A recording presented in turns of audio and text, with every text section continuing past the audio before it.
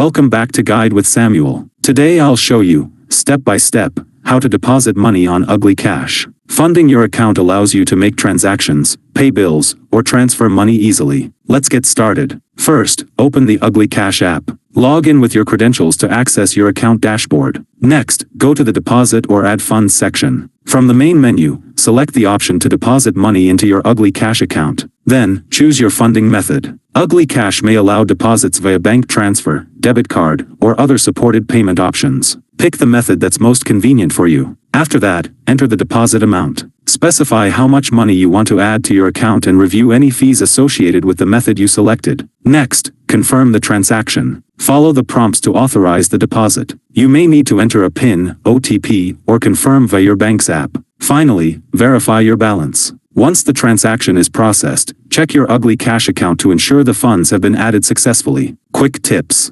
Always double-check the account or card details before depositing. Be aware of any fees or limits for deposits on Ugly Cash. Keep a record of your transaction for reference. Depositing money on Ugly Cash is quick, secure, and easy when you follow these steps carefully. If you found this helpful, don't forget to like and subscribe to Guide with Samuel for more helpful tutorials. Thanks for watching.